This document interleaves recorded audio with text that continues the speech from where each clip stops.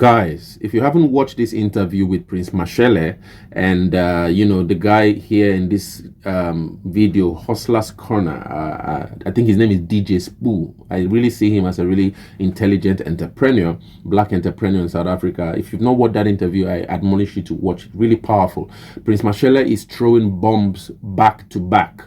Against the ANC, bombs on, bombshells about how the future of South Africa going forward. And in this video, he actually argues that Ramaphosa is actually burying the ANC at the moment, and that Zuma actually killed the ANC, and Ramaphosa is burying the ANC. Really strange set of thoughts. But let's quickly listen to Prince Mashele break this whole thing down, and I'll be back for an analysis.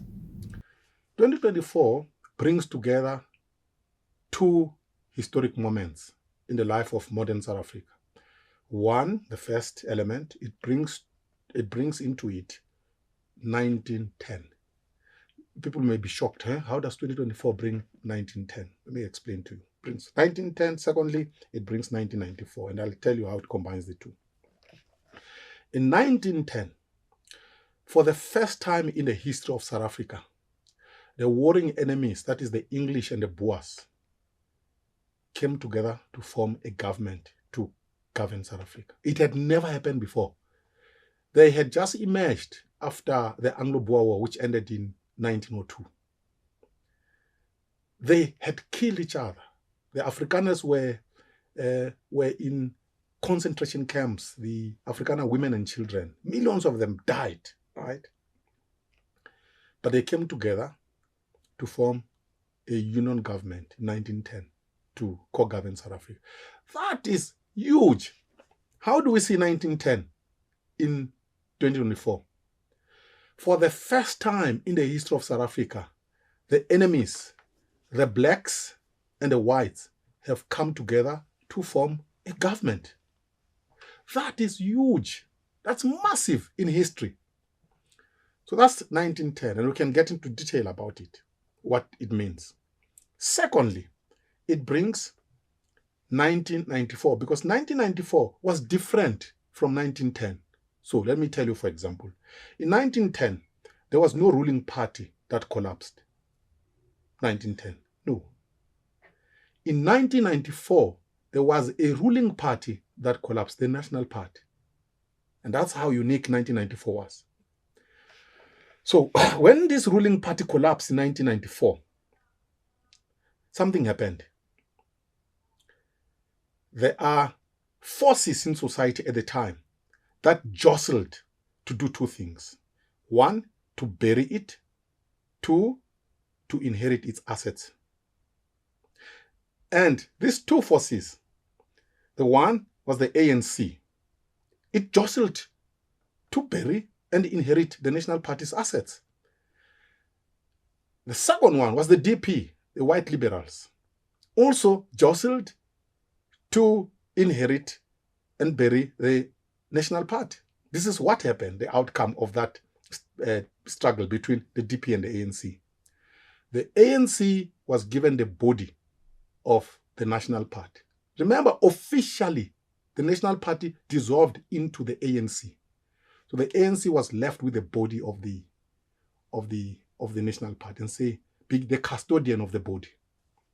The DP inherited the assets of the National Party.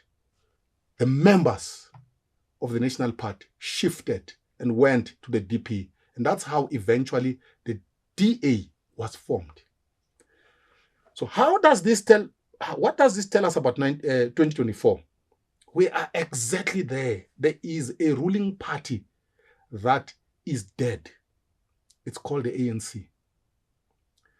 And there are forces that are jostling for two things. One, burying it.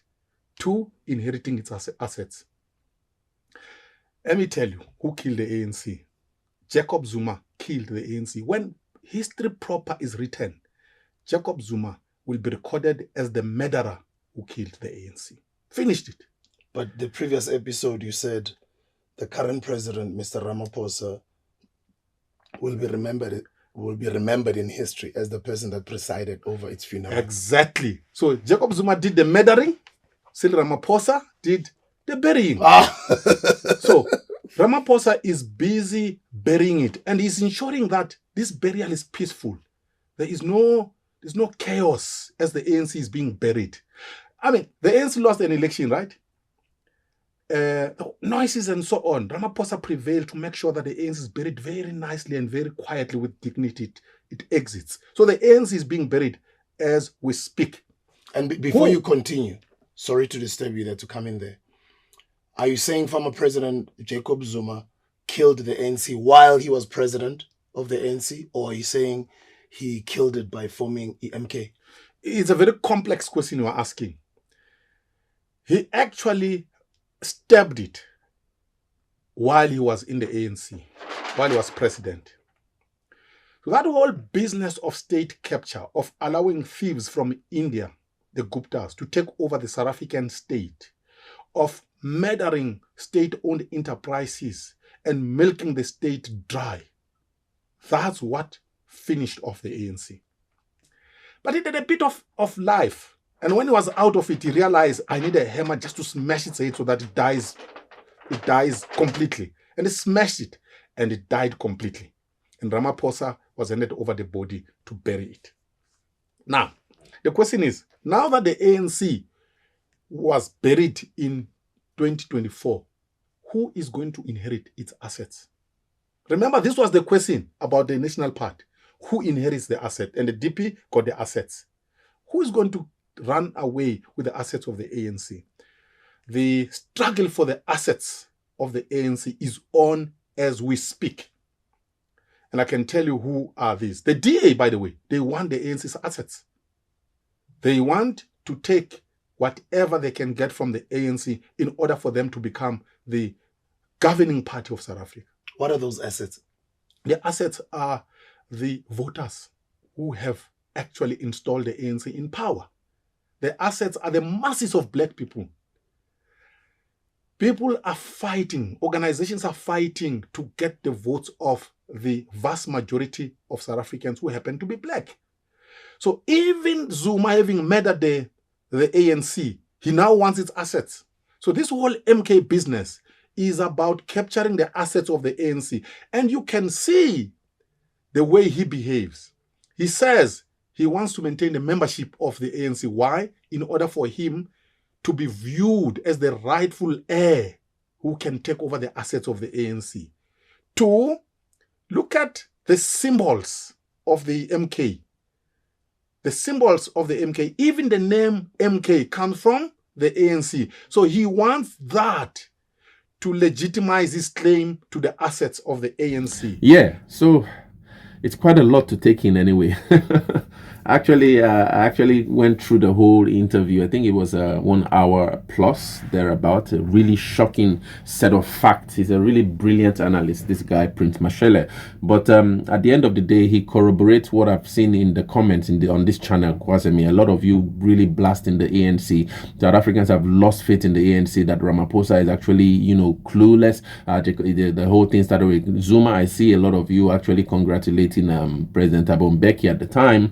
But it actually seems that from the Jacob Zuma era till date, the ANC has actually just been on a decline. And Prince Mashele is actually speaking to that essence that, the ANC, he doesn't see the ANC rising from its grave, and it's a really difficult kind of leadership that has resulted from the ANC and led to mass impoverishment of the people of South Africa. And it's quite unfortunate because the ANC was really at a really prestigious place pre-1994. It was an embodiment of the black struggle against oppression, against exploitation, with its colleagues in Frelimo, Mozambique, and all that. It was actually in a really privileged position. Actually, even goes back to, I think, if I listen to the president of Uganda, Museveni, he speaks of how the ANC had this relationship with the early Soviet Union during the time of 1912 thereabout, and the relationship had actually been grown with the Soviet Union in trying to build a black intelligentsia and begin this fight for black positionality for its own affairs against the apartheid regime in South Africa. So the ANC had all the it had all the potential to become something greater than what it actually was, but it's unfortunate that it actually now has become decline to where it is at the moment, where Prince Mashele argues that, you know, the British and the Afrikaners, they actually made really massive investment in education in schools, but rather than the ANC follow that suit, you know, it actually put in policies that led to the demise of the Black Township School, and actually now leading to a, you know, mass populace of black majority that are uneducated. Many do not see a hope in education, many, and leading to now a radicalization, increase in crime, and, you know, all these kinds of things. And so he's really not happy with the ANC. He's really not happy with the policies of the ANC, how the ANC has governed you know, all this while. And really powerful words. But I don't know, what do you guys think about his speech here? Share your thoughts in the comments.